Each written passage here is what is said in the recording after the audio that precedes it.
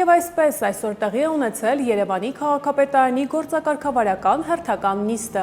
Նիստի ընթացքում մետրոպոլիտենի տնօրենի ժամանակավոր պաշտոնակատար Բաբկեն Սեթրակյանը հայտնեց, որ Երևանի մետրոպոլիտենի շարժակազմի արդիականացման աշխատանքների շրջանակում շահագործման է հանձնվել հերթական վերանորոգված շարժակազմը։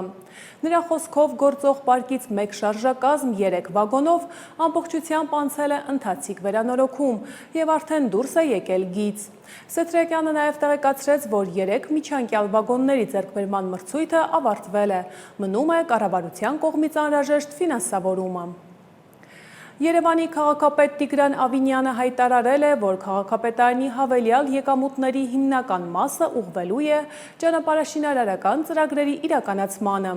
Նրա խոսքով առաջնահերթությունը տրվելու է նոր ճանապարհային հանգույցների կառուցմանը և ճանապարհների հիմնանորոգման աշխատանքներին։ Քաղաքապետը նաև հայտնել է, որ քաղաքապետարանը նախատեսում է վերանայել ներքին ծախսերի արդյունավետությունը, ներգրավելով արտաքին մասնագետների։ Հարգելի պարոն քաղաքապետ, ձեզ է ներկայացվում Երևան քաղաքի սեփական եկամուտների 2026 թվականի հունիսի 30-ի դրության պլանային առաջադրանքների վերաբերյալ ցուցանիշները։ 2026 թվականի առաջի կիսամյակի համար պլանավորված 44 միլիարդ 632 միլիոն դրամ սեփական եկամուտներից փաստացի հավաքագրվել է 49 միլիարդ 220 միլիոն, կատարողականը 110.3%, գերակատարումը ավելի քան 4.5 միլիարդ դրամ։ Ցուցադրված գրաֆիկական պատկերում ներկայացված է 2026 թվականի հունիսի 30-ի դրությամբ փաստացի հավաքագրված սեփական եկամուտներն ըստ առավել մեծ կշիռ ունեցող եկամտատեսակների, մասնավորապես անշարժ գույքի կշիռը կազմում է 25%, շինարարության և նախագծման թույլտվություններին է 21%, փոխադրավարձին է 17%, փոխադրամիջոցների գույքահարկին է 10%, աղբանության վճարին է 7%։ Ներկայացնեմ նաև վարչական շրջանների փաստացի կատարողականների ցուցանիշները։ Մալացիա Սեբաստիան 113.2%, Շենգավիթ 112.9%, Դավթաշեն 112.7%, Նոր 111.4%, Արաբգիր 108%, Քանաքեռ Զեյթուն 108%, Ավան 106.1%, Նորք Մարաշ 102.8%, Աջափնյակ 101.2%, Էրեբունի 99.2%, Կենտրոն 98.4%, Նուբարաշեն 92.6%։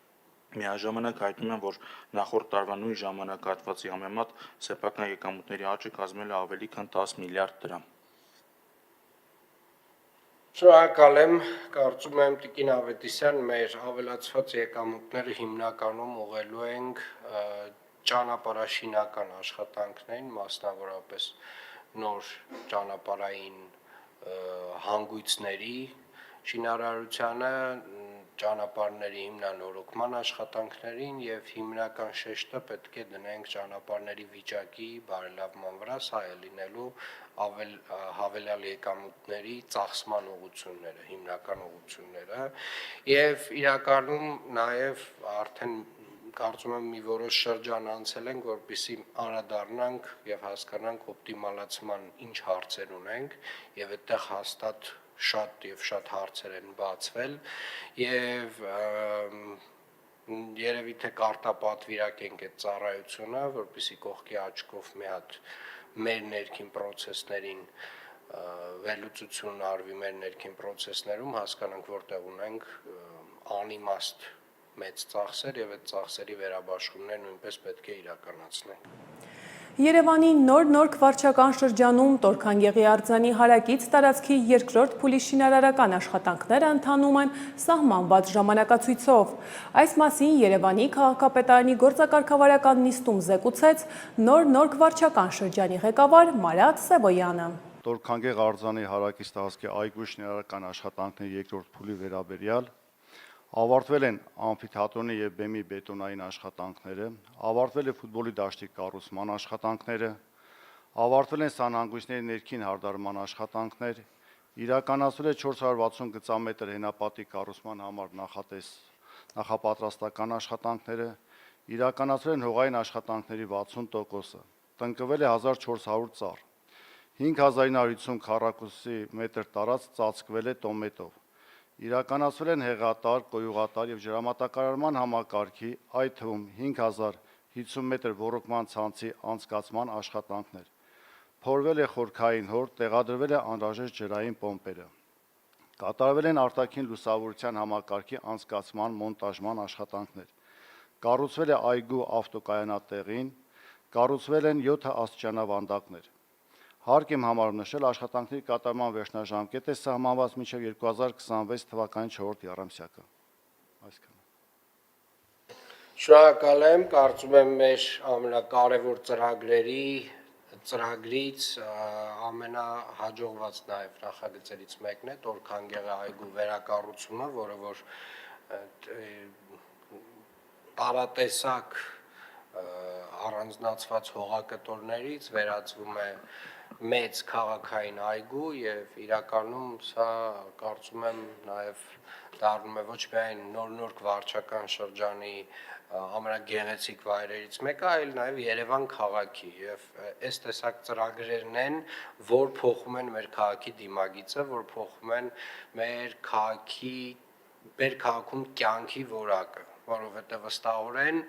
այն ինչ որ ունեինք մի 2-3 տարի առաջ այս այգում եւ այն ինչ որ ունենք հիմա եւ ունենալու ենք այս տարվա վերջ, դրանք էապես երկու տարբեր միջավայրերի մասին են խոսում։ Երևանի ավագանու քաղաքացիական պայմանագիր խմբակցության անդամ Միքայել Խաչատրյանը հայտնել է, որ դադարեցնում է ավագանու իր լիազորությունները, աշխատանքը շարունակելով Հայաստանի Հանրապետության ազգային ժողովում որպես պատգամավոր։ Հայաստանի էկոնոմիկայի նախարարի տեղակալ Արման Խոջոյանը հերքել է մամուլում շրջանառվող լուրերը, թե Հայաստանից Իսպանիա արտահանված ծիրանը ճանապարհին փչացել է եւ պիտանի չէ իրացման համար։ Հուլիսի 19-ին ԶԼՄ-ներում լուրեր էին տարածվել, թե իբրև Հայաստանից դեպի Իսպանիա արտահանված ծիրանի խմբաքանակը ճանապարհին փչացել է եւ պիտանի չէ իրացման համար։ Արձագանքելով այդ հրապարակմանը Հայաստանի Հանրապետության էկոնոմիկայի նախարարի տեղակալ Արման Խոջոյանը Facebook-ի իր էջում գրել է, որ Հայաստանից դեպի Իսպանիա ծիրան դեռ չի արտահանվել։ Շարունակենք թողարկումը։ Հայաստանի Հանրապետության գլխավոր դատախազ Աննա Վարդապետյանը աշխատանքային այց է կատարել Տավուշի մարզ։ Աննա Վարդապետյանը Տավուշի մարզի դատախազ Գևորգ Սարգսյանի ուղեկցությամբ շրջել է դատախազական ներգործության, ինչպես նաև բավարարված հայցերի արդյունքում Իջևան համայնքին վերադարձված քաղաքային զբոսայգու տարածքում, որից հետո աշխատանքային քննարկում է անցկացրել Տավուշի մարզի դատախազությունում ու տվել մի շարք հանձնարարականներ։ Հայաստանի Հանրապետության էկոնոմիկայի նախարար Գևորգ Պապոյանն այցելել է ձկնաբուծության ոլորտի առաջատար ընկերություններից մեկը։ Նախարարը այս մասին գրել է Facebook-ի իր էջում, ընդգծելով, որ ձկնաբուծարանը զբաղեցնում է 6.5 հեկտար տարածք, ունի 60 աշխատակից։ Այցի ընթացքում քննարկվել են ոլորտի զարգացման հեռանկարները, արտադրության ընդլայնման եւ դեպի Եվրամիության արտահանման հնարավորությունները։ Հայաստանի Հանրապետության վարչապետի տիկին եւ Իմ քայլը բարեգործական հիմնադրամի գործադիր տնօրեն Աննա Հակոբյանը գտնվում է Եթովպիայի Ադիս Աբեբա քաղաքում, մասնակցելու խաղաղություն եւ կայուն զարգացում փիլիսոփայական ուսումնասիրություն խորագրով միջազգային համաժողովին։ Համաժողովի կազմակերպչական հանձնաժողովի նախագահ Վեգենե Մենգիստուի հրավերով։ Միջազգային համաժողովը միավորում է գիտնականների, հետազոտողների, քաղաքականություն մշակողների եւ ոլորտի մասնագետների, որոնք քննարկում են խաղաղության, արդարության եւ կայուն զարգացման փիլիսոփայական հիմքերը, միջմշակութային երկխոսության կարևորությունը եւ ժամանակակից աշխարհում գլոբալ մարտահրավերներին արձագանքելու ուղիները։ Հայաստանի մարդու իրավունքների պաշտպան Անահիտ Մանասյանի աշխատանքային այցը Սյունիքի մարզ մեկնարկել է այսօր հուլիսի 20-ին։ Այցի շրջանակում պաշտպանը հանդիպել է Գորիս համայնքի ղեկավար Արուշ Արուշանյանի հետ։ Հանդիպման ընթացքում քննարկվել են համայնքում մարդու իրավունքների պաշտպանությանն առնչվող մի շարք հարցեր, ինչպես նաև բնակիչների սոցիալական իրավունքների ապահովման եւ առկա հիմնախնդիրների հաղթահարմանն ուղղված նախաձեռնությունները։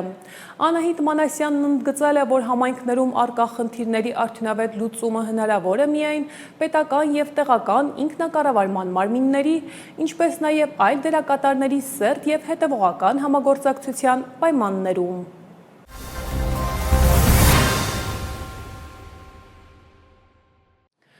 Հայաստանում հունիսի 7-ին կայացած խորհրդարանական ընտրությունների արդյունքներով ձևավորված խորհրդարանի առաջին նիստը տեղի կունենա օգոստոսի 2-ին։ Այդ մասին հայտարարություն է տարածել Հայաստանի Հանրապետության կենտրոնական ընտրական հանձնաժողովի նախագահ Վահագն Հովակիմյանը։ Հուլիսի 21-ին կենտրոնական ընտրական հանձնաժողովը արձանագրությունները ստորագրել, հունիսի 7-ին Հայաստանում կայացած խորհրդարանական ընտրությունների արդյունքներով խորհրդարան անցած քաղաքական ուժերի մանդատների տրամադրման մասին։ Ըստ այդմ քաղաքացիական պայմանագիր կուսակցությունը ստացել է 64 մանդատ, Ուժեղ Հայաստան դաշինքը 29 մանդատ, իսկ Հայաստան դաշինքը 12 մանդատ։ Ղեկավարվելով Հայաստանի Հանրապետության ընտրական օրենքի, Հայաստանի Հանրապետության Սահմանադրական օրենքի 100-րդ հոդվածի առաջին մասով, ինչպես նաև ազգային ժողովի կանոնակարգ Հայաստանի Հանրապետության Սահմանադրական օրենքի 32-րդ հոդվածի առաջին մասով, համաձայն որի հերթական ընտրությունների դեպքում նորընտիր ազգային ժողովի առաջին նստաշրջանը հրավիրվում է նախորդ գումարման ազգային ժողովի լիազորությունների ժամկետի ավարտման օրը ժամը 10:00-ին, որի մասին հայտարարում է կենտրոնական ընտրական հանձնաժողովի նախագահը։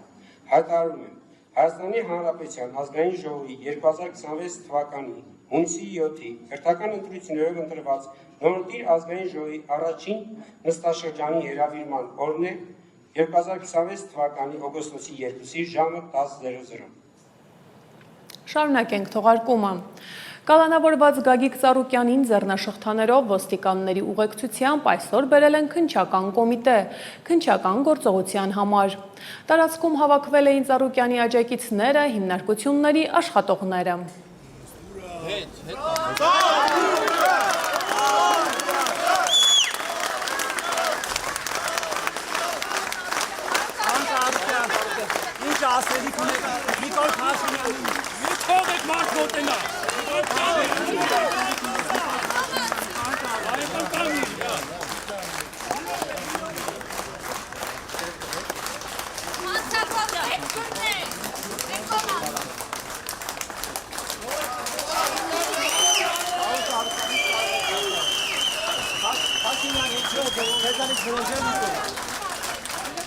Բարգավաճ Հայաստան կուսակցության անդամ Արման Աբովյանը Պեկի քննչական բակում լրագրողների հետ զրույցում նշեց, որ իշխանությունը դասագրքային քաղաքական հետապնդում է իրականացնում Գագիկ Ծառուկյանի նկատմամբ։ Սա միայն նրա շուրջ ծավալվող գործընթաց չէ, այն վերաբերվում է բոլորին, ովքեր այս պահին ասում են, թե քաղաքականությամբ չեն զբաղվում։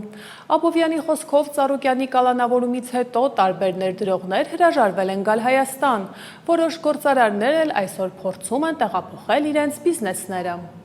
Իմ խորին համոզմամբ իշխանությունները չէին սպասում այսպիսի լայնածավալ,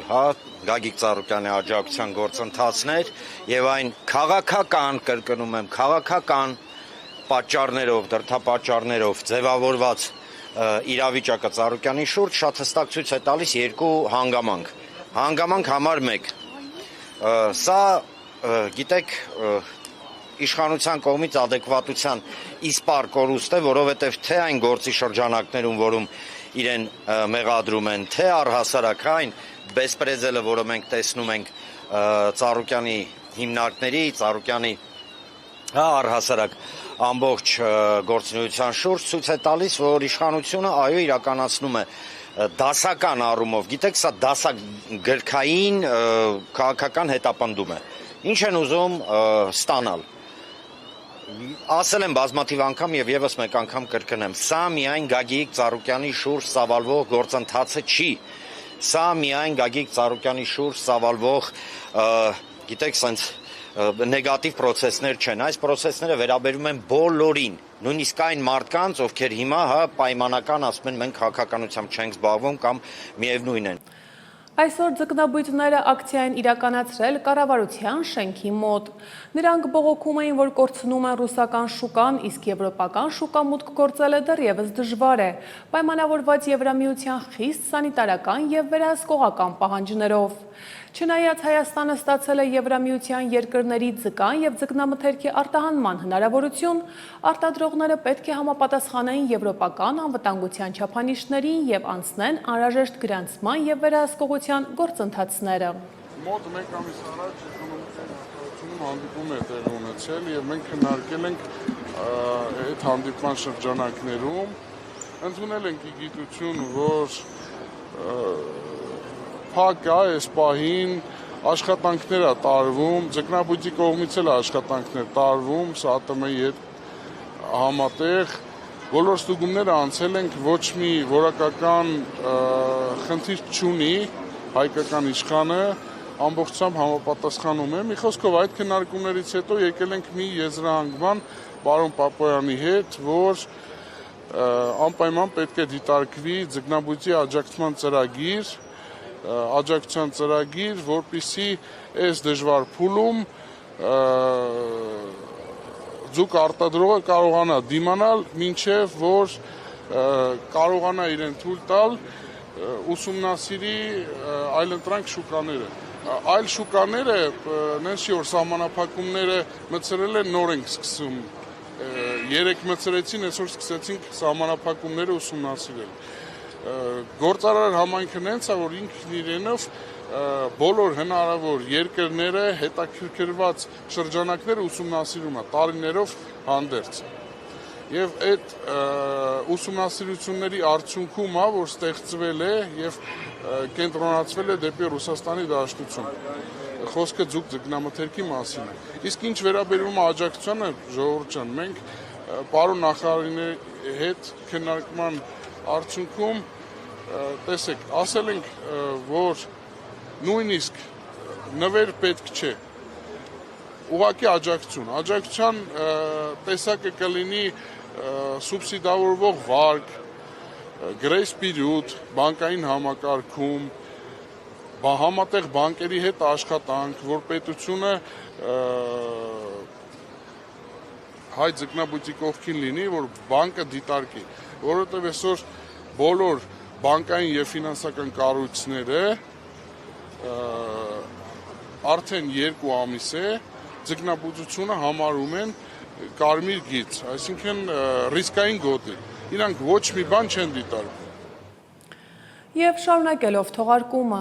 Հայաստանի Հանրապետության էկոնոմիկայի նախարար փոքր եւ միջին ձեռնարկությունների զարգացման ենթախորհրդի նախագահ Գևորգ Պապոյանի գլխավորությամբ այսօր կայացել է փոքր միջին ձեռնարկությունների զարգացման ենթախորհրդի հերթական նիստը։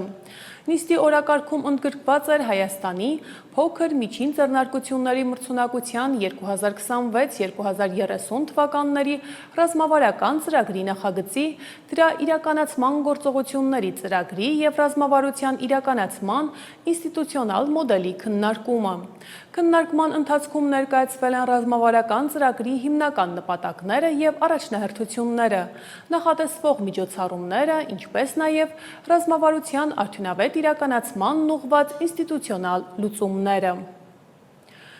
Հուլիս ամսվա ընթացքում կնշանակվի Արարատ ցեմենտ ընկերության կառավարիչը։ Այս մասին տեղեկացրել է Հայաստանի էկոնոմիկայի նախարար Գևորգ Պապոյանը, հիշեցնելով, որ հակակոռուպցիոն դատարանի որոշմամբ գլխավոր դատախազության միջնորդության հիման վրա Արարատ ցեմենտը հանձնվել է Հայաստանի Հանրապետության կառավարմանը, իդեմս էկոնոմիկայի նախարարության։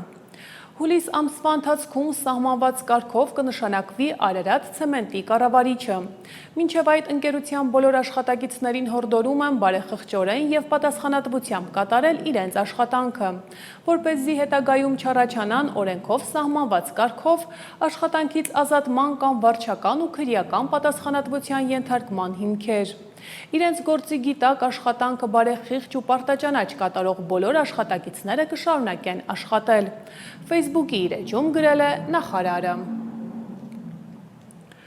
Հետընթացիկ տարվա առաջին կիսամյակի ընթացքում Հայաստանի Հանրապետության պետական բյուջեը վճարել շուրջ 12.6 միլիարդ Հայաստանի Հանրապետության դրամի հարկեր,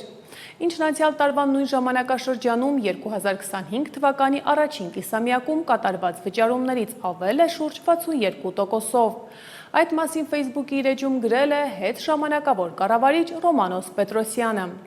Անցյալ տարվա նույն շրջանում մինչև Հայաստանի Հանրապետության հանրային ծառայությունները կարգավորող հանձնաժողովի կողմից հեծի նկատմամբ վարչական վարույթի հարուցումը պետական բյուջե վճարումների հանրագումարը կազմել է շուրջ 7.8 միլիարդ դրամ։ Հեծը այլևս ծառայում է մեր ժողովրդին, գրել է Ռոմանոս Պետրոսյանը։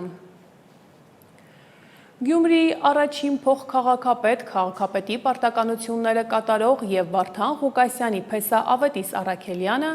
ազգային ժողովի պատգամավորի մանդատից հրաժարվելու դիմում է ներկայացրել։ Առաքելյանը ուժեղ Հայաստան քաղաքական ուժի խորհրդարան անցած 29 պատգամավորներից մեկն է։ Ավելի ուշ Գյումրու ավագանու քաղաքացիական պայմանագիր խմբակցության ղեկավար Սարիկ Մինասյանը ևս տեղեկացրեց ավագանու անդամի լիազորությունները դադարեցնելու մասին։ Նա իր քաղաքական գործունեությունը շարունակելու է որպես ազգային ժողովի պատգամավոր։ Ադրբեջանի նախագահ Իլհամ Ալիևը հայտարարել է, որ Ադրբեջանից Հայաստան նավթի և նավթամթերքի մատակարարումները կարևոր ներդրում են Հայաստանի էներգետիկ անվտանգության մեջ։ Ադրբեջանի նախագահն այդ մասին հայտարարել է Գերմանիայի կանցլեր Ֆրիդրիխ Մերցի հետ Բերլինում կայացած համատեղ մամուլի ասուլիսի ժամանակ։ Ալիևը նաև նշել է, որ Ադրբեջանի տարածքով այլ երկրներից Հայաստան բեռների տրանզիտ փոխադրումները նույնպես լայն մասշտաբների է հասել։ Մենք պատմական ժամանակահատվածում ենք ապրում։ Ադրբեջանը Հայաստանին խաղաղություն է առաջարկել և ստացել է դրական պատասխան։ Մենք բարձր ենք գնահատում այս ուղղությամբ Գերմանիայի կառավարության դերը, ասել է Ալիևը։ Հայաստանն Ադրբեջանից սկսել է նավթամթերք ներմուծել 2025 թվականի դեկտեմբերից։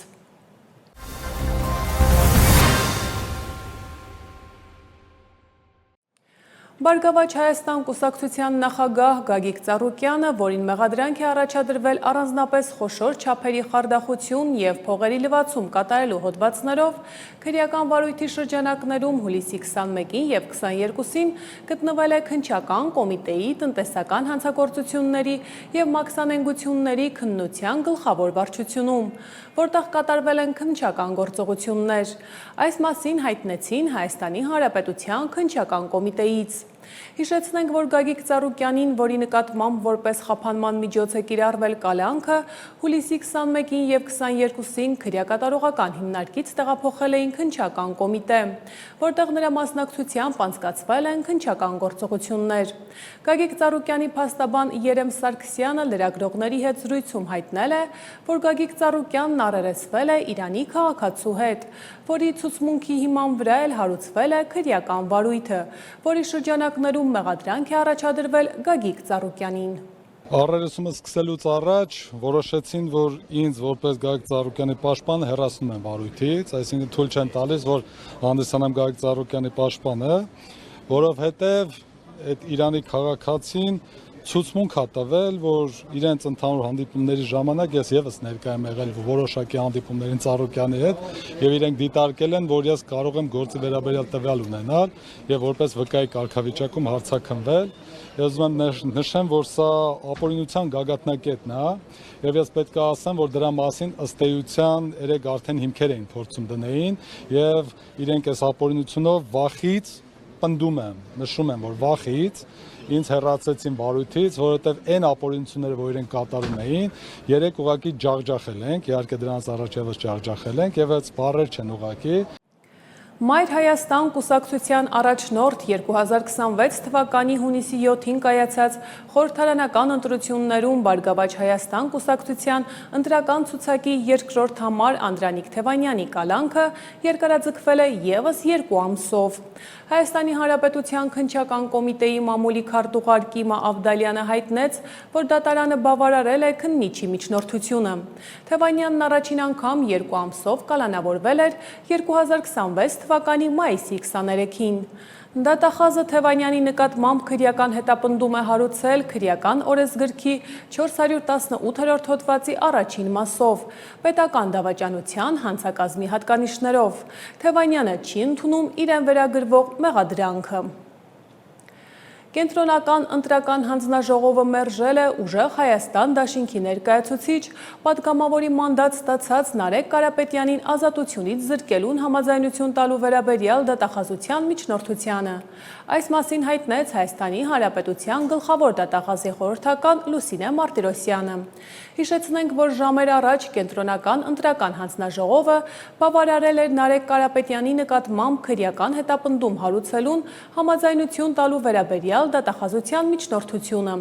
Դատախազությունը ելնելով նախաքննության շահերից չի մեկնաբանել, թե ինչ քրեական վարույթի շրջանակներում են նախատեսում քրեական հետապնդում հարուցել Նարեկ Կարապետյանի նկատմամբ։ Հայաստանում առողջության համընդհանուր ապահովագրության համակարգի շահառուների թիվը 2026 թվականի առաջին կիսամյակում զգալի աճ է գրանցել, հասնելով շուրջ 1,8 միլիոնի։ Ասուլիսի ընթացքում այս մասին նշեց առողջության համընդհանուր ապահովագրության հիմնադրամի գլխավոր տնօրենի պարտականությունները կատարող Սամվել Խարազյանը, ամփոփելով հիմնադրամի գործունեության առաջին կիսամյակի արդյունքները։ 2026 թվականի հունվարի 1-ից հետո մեր ապահովագրված քաղաքացիների թվաքանակը ավելացել է շուրջ 14%-ով եւ եթե մենք տարեսկզբին ունեինք մոտ եւ խոսում էինք 2026 թվականի ընթացքում շուրջ 1,6 միլիոն շահառուների սպասարկման մասին, ապա արդեն հունիս ամսվա տվյալներով մեր շահառուների թիվը շուրջ 1,8 միլիոն անձ է կազմում, որոնց մեջ այդ աճի մեջ մեծ տեսակարար քշր են կազմում վարձու աշխատողներ եւ անհատ ձեռնարկատերերը, այսինքն այս աճը հիմնականում 200,000 եւ բարձր աշխատավարձ ստացող մեր շահառուների թվաքանակի աճով է պայմանավորված եւ միայն տարեսկզբի, այսինքն հունվար ամսվա դրությամբ մեր այս շահառուների թվաքանակի աճը կազմել է ավելի քան 30%։ Սա իհարկե պայմանավորված է նախ եւ առաջ ընդհանուր առմամբ Հայաստանում տնտեսական աճի ցուցանիշներով, նոր աշխատատեղերի ստեղծմամբ, նաև առողջության ապահովագրության համակարգի կարևորությամբ, որը դրսևորվել է նաև աշխատավարձի չափերի ավելացման հետևանքով ապահովագրված անձանց թվաքանակի աճով եւ մենք այս ցուցանիշը կարևորում ենք նաև այն տեսանկյունից, որ սա հստակ ցույց է տալիս, որ համակարգը սպասված է եղել եւ համակարգում ներառված, այսինքն ապահովագրական փաթեթում ներառված ծառայությունները, դրանց հասանելիությունը մեր քաղաքացիներին ուրեմն ուղղորդել են, որպեսզի նրանք նաև դիմեն իրենց գործատուներին, ինչու՞ չէ նաև գործատուների բարի կամքի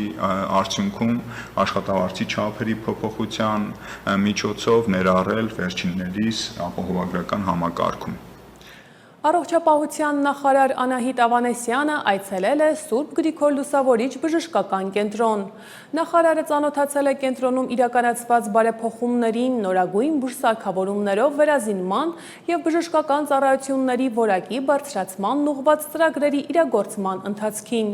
Բժշկական կենտրոնի գլխավոր ձեռքբերումներից մեկը վերջերս այստեղ ներդրված ռոբոտ ասիստենտ վիրաբուժական համակարգն է, որը հնարավորություն է տալիս իրականացնել բարձր ճշգրտության, նվազագույն միջամտությամբ վիրահատություններ։ Դրանցից որոշները ապահովագրությամբ մասնակի փոխհատուցվում են։ Այցի ընթացքում նախարարը շրջել է նաև նորոգված բաժանմունքում, զրուցել բուժանձնակազմի և բուժառուների հետ։ Հայաստանի Հանրապետության կրթության, գիտության, մշակույթի և սպորտի նախարար Ժաննա Անդրեասյանը աշխատանքային շրջայց է կատարել Հայաստանի Հանրապետության կառավարության 300 դպրոց ծրագրի շրջանակում կառուցվող Վաղարշապատի թիվ 1 հիմնական և աշտարակի թիվ 5 ավագ դպրոցներ։ Ժաննա Անդրեասյանը նշել է, որ Վաղարշապատ քաղաքի դպրոցները ներկայում գերծանրաբեռնված են,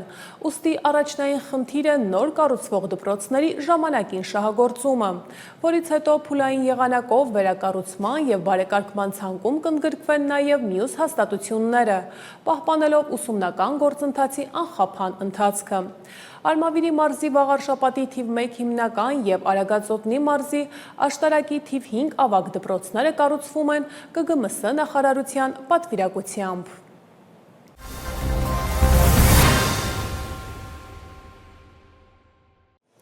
Այսօր փոխվարչապետ Տիգրան Խաչատրյանի գլխավորությամբ տեղի է ունեցել Հայաստանի Հանրապետության կառավարության հերթական նիստը։ Կառավարության նիստին տարածքային կառավարման և ենթակառուցվածքների նախարար Դավիթ Խուդաթյանը ներկայացրեց Արարատ քաղաքի Շահումյան փողոցի 20 և 37/1 հասցեներում կառուցապատման ներդրումային ծրագրին հավանություն տալու ծրագրի իրականացման նպատակով 2 գույք նվիրաբերելուն համաձայնություն տալու մասին որոշման նախագիծը։ Ըստ նախարարի Արարատի մարզում բազմաբնակարանների կառուցումը 160 բնակարանները կթարմացնեն բնակարանային ֆոնդը։ Ներդրման ծավալը 5 տարիների համար սահմանված է 3 միլիարդ դրամ։ Խոսքը, ինչպես ասացիք, Շահումյան փողոց 20 և 37/1 հասցեներում ուրեմն համայնքային սեփականության գույք տրամադրելու մասին է։ Գույքերը երկուսն են 0.26 հեկտար մակերեսով և 4.8 միլիոն դրամ կադաստրային արժեքով և 0.11 հեկտար մակերեսով 2 միլիոն դրամ կադաստրային արժեքով գույքը առաջարկում է նվիրաբերել ML Mining ընկերությանը։ Ընկերությունը պարտավորվում է այնտեղ բնակարաններ կառուցել մինչև 2030 թվականը և 2 բազմաբնակարան շենքերից թվով 48 բնակարաններ, ընդհանուր 68, յուրաքանչյուրը մոտավորապես 68 քառակուսի մետր մակերեսով տրամադրել համայնքին, որպեսզի համայնքը կարողանա բնականաբար այդ բնակարանները տրամադրել այն բնակիչներին, ովքեր ժամանակին այդ շենքերում պարոն փոխվարչապետ օրդեր են ունեցել, բացի դրանից նաև շուրջ 686 քառակուսի մակերեսով հասարակական տարածք է տրամադրվելու էլի համայնքին համայնքային գրադարան կառուցելու համար։ Հայաստանի կառավարությունը սահմանել է, որ Հայաստանից Բագրատաշենի և Ագարակի սահմանային անցակետերով մեկնող բեռնատարների մուտքը անցակետեր կիրականացվի միայն կուտակային կայանատեղի մուտք գործելուց և այնտեղից դուրս գալուց հետո։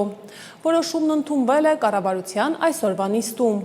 Կայանատեղիում հերթագրման ծառայության վճարը մեկ բեռնատարի համար չի կարող գերազանցել 5000 դրամը, ներառյալ ավելացված արժեքի հարկը։ Իրականում սա կարևոր բարեփոխումներից մեկն է, եթե ավելի պարզ խոսենք արտահանումը խթանելու եւ արտահանման գործընթացները դյուրինացնելու երկու հիմնական համակարգերի միջոցով առաջին համակարգը հերթերի կառավարման համակարգի համար իրավական հիմքերի ստեղծումը եւ դրա նկարագրումը եւ իհարկե ավելի կոնկրետ կայանատեղիների համար իրավական հիմքերի ստեղծումը եւ ինքը իրանով նաեւ ներկայացնում է հրապարակային օֆերտա, առաջարկ մասնավորին, որ միջև մեր մաքսակետերը կարողանան հնարավորություն ունենան ստեղծեն կայանատեղիներ եւ քաղաքակիրթ ձևով սպասարկեն այն բոլոր բեռնատարները, որոնք որ արտահանում են իրականացնում դեպի այլ երկրներ մեր մաքսակետերով եւ այս տեսանկյունից երկու հիմնական նպատակ է հետապնդում նախագիծը։ Առաջինը մաքսային սահմանով ապրանքների մեկնման գործառնությունների արագացում եւ անխոչնդոտ անցում նախնական հերթագրման եւ մեկնող տրանսպորտային միջոցի վերաբերյալ տեղեկատվության հավաքագրման միջոցով, երկրորդը պետական սահմանի անցման կետերում տրանսպորտային միջոցների կուտակումների բացառում։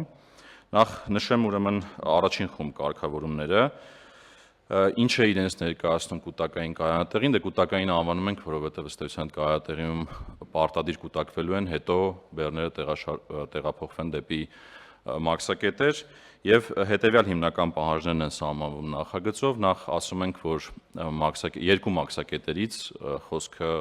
Բագրատաշենի եւ Ագարակի մաքսակետերի մասին է խոսքը։ Իհարկե հետագայում կարող են դրանք ընդլայնվել, ինչու այդ երկուսը, որովհետեւ դրանք ամենաշատ թողունակությունը եւ ամենաշատ բեռները հենց այդ երկու կետերով են անցնում։ Եթե կոնկրետ հնչեցնեմ,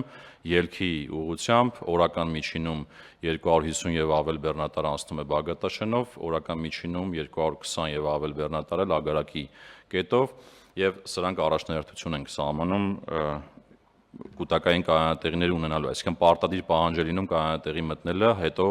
շարժվել դեպի մաքսակետ։ Մի կարևոր հանգամանք այդ հերթերի կառավարման համակարգը նաև ինքը թափանցիկ է լինելու, հասանելի բոլորին, կայքի տրամաբանությամբ տեսնելու են մարդիկ, թե կայանատեղիներում ինչպիսի զբաղվածություն կա եւ յուրաքանչյուր կայանատեղին ինչ գին է առաջարկում, ընդ որում որպեսզի հստակ լինի գնի համար առավելագույն չափ է սահմանվում, խոսքը 5000 դրամի մասին է, այսինքն մինչև 5000 դրամ ցանկացած մասնավոր ներդրող կարող է առաջարկ ներկայացնել այդ պահանջները բավարարելու դեպքում։ Եվ շարունակելով կառավարության նիստի թեման։ Հայաստանում նախատեսվում է ներդնել նոր կարգավորում, որը քաղաքացիներին հնարավորություն կտա առանց նոտարի այցելելու եւ լիազորագրերի ձևակերպման հեռավար եղանակով ձեռք բերել նորակառույց կամ նոր կառուցված եւ շահագործման հանձնված բազմաբնակարան շենքերում գտնվող անշարժ գույք։ Այդ մասին որոշման նախագիծը ներկայացրեց Սուրեն Թովմասյանը։ Ներկայդրությամբ, եթե մենք ցանկություն ունեինք նմանատիպ պայմանագիր վավերացնել, ապա քաղաքացին, ով կամ ոչ քաղաքացին, ովքեր որ ունեն իրավունք համապատասխան անշարժ գույքը ձեռք բերելու, կամ պետք է գտնվեին Հայաստանի Հանրապետությունում եւ ֆիզիկապես այցելեին նոտարին, կամ պետք է տրամադրեին լիազորագիր որևէ քաղաքացու կամ որևէ անձի, ով պետք է այցելել լիազորագիր, կամ եթե արտասահմանից էին ուղարկում այդ լիազորագիրը, ապա պետք է համապատասխան ընթացակարգերով անցներ, հաստատվեր այդ լիազորագիրը, նոր դրանից հետո տեղի ունենար այս գործարքը։ Այս պարագայում հաշվի առնելով, որ բանկը հիպոթեկային վարկը տրամադրելուց ստուգում է արդեն գնորդի բոլոր անհրաժեշտ պարամետրերը, ֆինանսական միջոցները, հիպոթեկային վարկի սպասարկման նրա հնարավորություններն ու կարողությունները, մենք ներ ենք դնում նոր ինստիտուտ, որով առանց նոտարական վավերացման եռակողմ այս պայմանագիրը էլեկտրոնային համակարգում կնքվելուց հետո բանկի կողմից կներկայացվի իրավունքի պետական գրանցման եւ սա հիմք կհանդիսանա, որպեսզի գնորդը չայցելելով նոտար եւ համապատասխան լիազորագրերի այդ ընթացակարգը չապահովելով հնարավորություն ունենա հեռահար ձեռք բերել Հայաստանի Հանրապետությունում նոր կառուցվող շենքից անշարժ գույք կամ արդեն նոր կառուցվող շենքը, երբ որ ավարտական ստացել է շահագործման է, տվյալ շենքից անշարժ գույք։ Բովանդակային առումով նախագիծը սրա վերաբերյալ է։ Հայաստանի Հանրապետության նախագահի աշխատակազմը անդրադարձել է լրատվամիջոցներում տարածված հրապարակմանը, որ նախագահ Վահագն Խաչատուրյանի ինքնազգացողությունը վատացել է, ինչի հետևանքով նա նախաինֆարկտային վիճակով տեղափոխվել է Նայիրի բժշկական կենտրոն։ Հայաստանի Հանրապետության նախագահի աշխատակազմից պարզաբանում են, որ Վահագն Խաչատուրյանը Նայիրի բժշկական կենտրոնում պարզապես անցել է պլանային բուժզննում, ինչից հետո վերադարձել է բնականոն աշխատանքի։ Հայաստան խմբակցության ղեկավար է ընտրվել Աննա Գրիգորյանը, իսկ խմբակցության քարտուղար Արտուր Խաչատրյանը։ Այս մասին հաղորդագրություն է տարածել Հայաստան դաշինքը։ Նշվում է, որ Հայաստան դաշինքի առաջնորդ Հայաստանի երկրորդ նախագահ Ռոբերտ Քոչարյանի գլխավորությամբ տեղի է ունեցել խմբակցության անդամների հանդիպում, որի ընթացքում քննարկվել են առաջիկա անելիքները։ Ուժեղ Հայաստան կուսակցության ընտրական ցուցակը գլխավորող Նարեկ Կարապետյանի նկատմամբ որպես խափանման միջոց ընտրվել է բացակայելու արգելք եւ 1 միլիարդ դրամ գրավ։ Ավելի վաղ պարզ էր դարձել, որ դատախազը հանրային քրեական հետապնդում է հարուցել Ուժեղ Հայաստան կուսակցության ընտրական ցուցակը գլխավորող Նարեկ Կարապետյանի նկատմամբ։ Քրեական օրենսգրքի 236-րդ հոդվածի երկրորդ մասով հավաքներին մասնակցելու նպատակով նյութապես շահագրգռելու եւ 296-րդ հոդվածի 3-րդ մասի 3-րդ կետով, առանձնապես խոշոր չափերով փողերի լվացում կատարելու հատկանիշներով։ Ուժեղ Հայաստան կուսակցության անդամ փաստաբան Արամ Վարդևանյանը, խոսելով Նարեկ Կարապետյանին առաջադրված մեղադրանքի մասին, նշեց, որ Կարապետյանին իրավաբանության հետ կապ չունեցող մեղադրանք է առաջադրվել։ Մեղադրանքի վերաբերյալ այն օրը ներկայացրեցինք տվյալը, ոչ մի նոր բան չկա, այսինքն խոսում ենք ընդհանրապես իրավաբանության հետ կապ չունեցող մի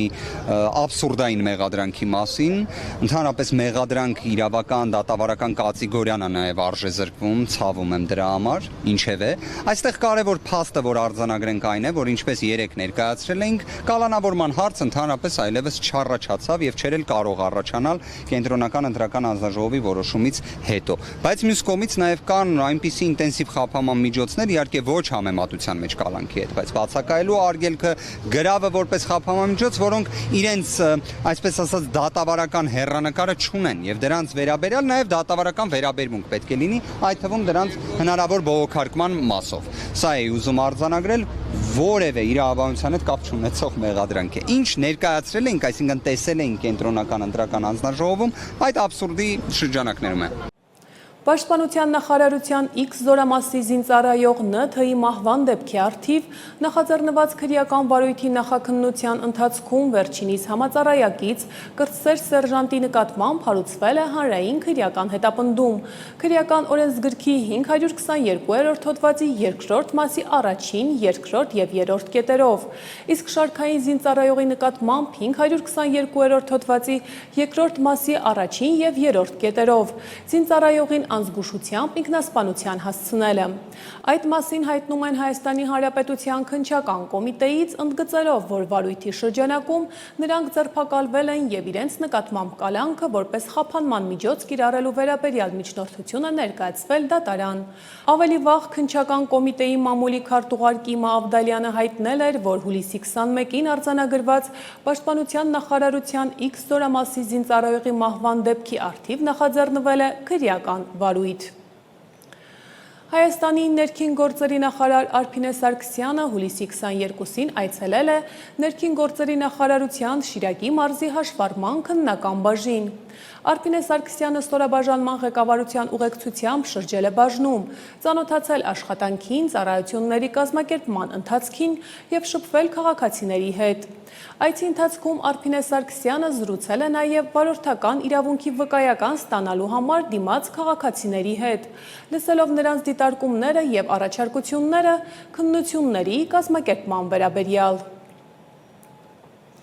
Հայաստանի էկոնոմիկայի նախարար Գևորգ Պապոյանը ընդունել է Հայաստանի Հանրապետությունում ԱՄՆ գործերի ժամանակավոր հավատարմատար Դեյվիդ Ալենին և ԱՄՆ դեսպանատան տնտեսական և առևտրային բաժնի ղեկավար Էդվարդ Այկլերին։ Հանդիպման ընթացքում կողմերը վերահաստատել են, որ Հայաստանի և ԱՄՆ-ի միջև տնտեսական համագործակցությունը դինամիկ զարգանում է, արձանագրելով վերջին շրջանում գրանցված դրական առաջընթացը։ Նախարարը վստահություն է հայտնել, որ ձևավորված արդյունավետ գործակցությունը կնպաստի գործընթացի հետևողական առաջմղմանը և փոխադարձ հետաքրքրություն ներկայացնող տնտեսական օրակարգի հետագա զարգացմանը։ Եվ շարունակելով թողարկումը, Կանադա կատարած աշխատանքային այցի շրջանակներում Հայաստանի արտաքին գործերի նախարարի տեղակալ Վահան Կոստանյանը հանդիպել է Կանադայի ակադեմիական և փորձագիտական համայնքի մի շարք ներկայացուցիչների հետ։ Հարց ու պատասխանի ձևաչափով անդրադարձ է կատարվել տարածաշրջանային զարգացումներին, Հարավային Կովկասում հաստատված խաղաղության ամրապնդմանն ուղղված ջանքերին, տարածաշրջանային ենթակառուցվածքների ապաշրջափակմանը, միջազգային զարգացումներին և Հայաստան-Կանադա երկկողմ օրակարգին։ Ընդգծվել է երկու երկրների միջև հարաբերությունների առկա դինամիկան, առևտրատնտեսական հստակ արդյունքներով ամրագրելու անհրաժեշտությունը։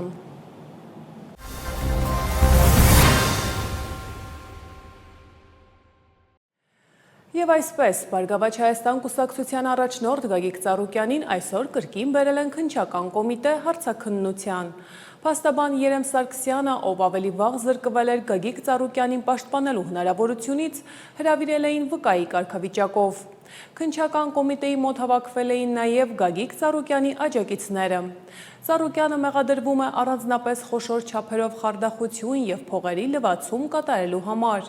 Ըստ իրավապահների, Բարգավաճ Հայաստանի առաջնորդը կազմակերպել է ավելի քան 21 միլիոն դոլարի գույքի հափշտակությունը իրանցի գործարարներից։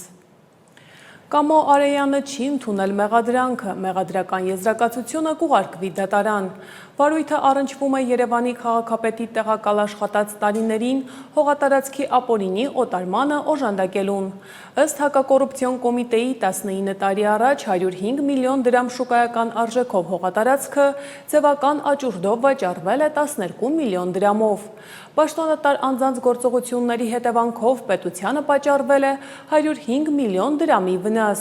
Քրեական վարույթով նախաքննությունն ավարտվել է։ Այս գործով մեղադրյալ Երևանի նախկին քաղաքապետ Երվանդ Զախարյանը նախաքննության ընթացքում խնդրել է վաղեմության ժամկետը անցնելու հիմքով իր նկատմամբ դադարեցնել քրեական հետապնդումը։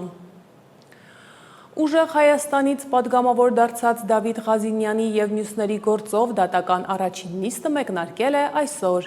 Հեցի նախկին տնօրենը մեղադրվում է ընտրակաշարք տալու նախապատրաստության համար և կալանավորվել է հունիսի 18-ին։ Դավիթ Ղազինյանը մեղադրանքը չի ընդունում։ Դատախազը հուլիսի 21-ին քրեական վարույթի նյութերը հաստատված մեղադրական եզրակացությամբ հանձնել էր հակակոռուպցիոն դատարան։ Ուժեղ Հայաստան կուսակցությունների դաշինքի պատգամավոր Դավիթ Ղազինյանի պաշտպանները միջնորդեցին փոխել նրա խափանման միջոցը, հաշվի առնելով հանգամանքը, որ վերջինն արդեն պատգամավորի կարգավիճակ է ստացել։ Դատարանն առաջնահերթության կարգով կքննի խափանման միջոցի փոփոխության հարցը։ Արարատի մարզի Սիսավան գյուղում Հայաստանի Հանրապետության կառավարության 300 դպրոց ծրագրի շրջանակում կառուցվում է ոչ տիպային դպրոց։ Սիսավանի նոր դպրոցը կառուցվում է հին դպրոցի տեղում։ Միջնակարգ դպրոցում սովորելու հնարավորություն կունենա շուրջ 440 աշակերտ։ Հայաստանի Հանրապետության ԿԳՄՍ նախարար Ժաննա Անդրեասյանը աշխատանքային շրջայց է կատարել նշյալ դպրոցի շինհրապարակ, հետևել աշխատանքների ընթացքին, ծանոթացել առկա վիճակին։ Նորակառույց դպրոցը կհագեցվի նաև նոր գույքով, լաբորատոր սարքավորումներով և ուսումնական նյութերով։ Կստեղծվեն անհրաժեշտ ենթակառուցվածքներ ուսումնական գործընթացի պատշաճ կազմակերպման համար։ Սիսավանի միջնակարգ դպրոցը կառուցվում է կրթության, գիտության, մշակույթի և սպորտի նախարարության պատվիրակմամբ։ Ռոսել Խոզնաձորը նոր սահմանափակումներ է կիրառում Հայաստանից ներմուծման նկատմամբ, այս անգամ սահմանափակելով Հայաստանից Ռուսաստան կաթնամթերքի ներմուծումը։ Ըստ ծառայության ընթացիկ հետաքննության շրջանակներում պարզվել է, որ վարակված անասունների կաթը օգտագործվում էր Ռուսաստան մատակարարվող արտադրանքը արտադրելու համար։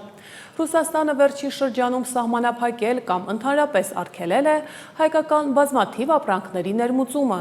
այդ որոշումները պատճառաբանելով տարատեսակ խախտումների հայտնաբերմամբ։ Ավելի ուշ ՍԱՏՄ-ից պարզաբանեցին, հիվանդ կենդանիների կաթի օգտագործման հիմնավորում չի հայտնաբերվել, ավելացնելով, որ Հայաստանի Հանրապետության սննդամթերքի անվտանգության տեսչական մարմինը ստուգումների տարեկան ծրագրի շրջանակում, ինչպես նաև սպառողներից ստացված բողոքների հիման վրա մշտապես վերահսկողական միջոցառումներ է իրականացնում Հայաստանում արտադրվող կաթնամթերքի բոլոր արտադրամասերում։ Սյունիքի մարզկենտրոն Կապանում պաշտոնապես մեկնարկել է անկախ պետությունների համագործակցության երիտասարդական մայրաքաղաք 2026 ծրագիրը։ ԱՊՀ երկրների 4 երիտասարդներ բացման շրջանակում Կապան քաղաքին են փոխանցել ԱՊՀ երիտասարդական մայրաքաղաքի հավաստագիրը։ Տեղի է ունեցել ԱՊՀ երիտասարդական մայրաքաղաքի խորհրդանիշով փոստային նամականիշի թողարկում։ Շրջանառության մեջ է դրվել մեկ նամականիշ, նվիրված հայկական ժառանգություն Կապանը ԱՊՀ երիտասարդական մայրաքաղաք թեմային։ Կապանը 2026 թվականի ԱՊՀ երիտասարդական մայրաքաղաք է ճանաչվել ԱՊՀ կառավարությունների ղեկավարների խորհրդի 2023 թվականի հունիսի 8-ի որոշմամբ։ Հայաստանի Հանրապետության քաղաքաշինության, տեխնիկական և հրդեհային անվտանգության տեսչական մարմնում տեղի է ունեցել ընդլայնված կազմով աշխատանքային հերթական գործակարգավարական խորհրդակցությունը։ Քննարկումների առանցքում եղել են պետություն, համայնք, համաֆինանսավորմամբ իրականացվող սուբվենցիոն ծրագրերով շինարարական աշխատանքների որակի, տեխնիկական հսկողության և սահմանված ժամկետների պահպանման հարցերը։ Օրակարգային մյուս կարևոր թեման վերաբերել է տաքսամոտորային ուղևորափոխադրումներ իրականացնող ընկերությունների լիցենզավորման գործընթացին և այդ ոլորտում իրականացվող վերահսկողությանը։ Խորհրդակցության ընթացքում անդրադարձ է կատարվել նաև խոշոր արտադրական և հասարակական նշանակության օբյեկտների, ինչպես նաև ավտոգազալիցքավորման և բենզալցակայանների նկատմամբ իրականացված ընթացիկ ստուգումների արդյունքներին։ Կորեայի Հանրապետության Բուսան քաղաքում հուլիսի 19-ից 29-ը ընթանում է համաշխարհային ժառանգության կոմիտեի 48-րդ նստաշրջանը, որին մասնակցում է նաև Հայաստանի Հանրապետությունը, որպես առաջին անգամ կոմիտեի անդամ ընտրված երկիր։ Այսպիսով Հայաստանը ՅՈՒՆԵՍԿՕ-ի համաշխարհային ժառանգության նախնական ցանկում 1995 թվականին գրանցված 4 հայտերին վերջին 3 տարիների հետևողական աշխատանքի արդյունքում ավելացնում է ևս 4-ը։ Բնապահպանության և ընդերքի տեսչական մարմնի ղեկավար Հովհաննես Մարտիրոսյանը անցկացրել է աշխատանքային խորհրդակցություն տեսչական մարմնի ղեկավար կազմի մասնակցությամբ, որի ընթացքում ամփոփվել են 2026 թվականի առաջին կիսամյակում կատարված աշխատանքները։ Առանձնահատուկ քննարկվել են COP17 նախապատրաստական աշխատանքների ընթացքը, տրվել են հանձնարարականներ տեսչական մարմնին վերապահված բոլոր գործառույթների և միջոցառումների պատշաճ, համակարգված և բարձր մակարդակով իրականացման վերաբերյալ։ Հայաստանի Հանրապետության ներքին գործերի նախարարության կիբերոստիկանությունը հայտնում է հերթական զեղծարարության մասին։ Քաղաքացիները iMessage-ի միջոցով շարունակում են ստանալ կեղծ հաղորդագրություններ ճանապարհային ոստիկանության անունից։ Այս հաղորդագրությունների նպատակը մեկն է՝ հափշտակել ձեր ֆինանսական միջոցները։ Ներքին գործերի նախարարության կիբերոստիկանությունը կոչ է անում քաղաքացիներին պարզապես անտեսել դրանք, բլոկավորել հեռախոսահամարը կամ ուղարկողի էլեկտրոնային փոստը։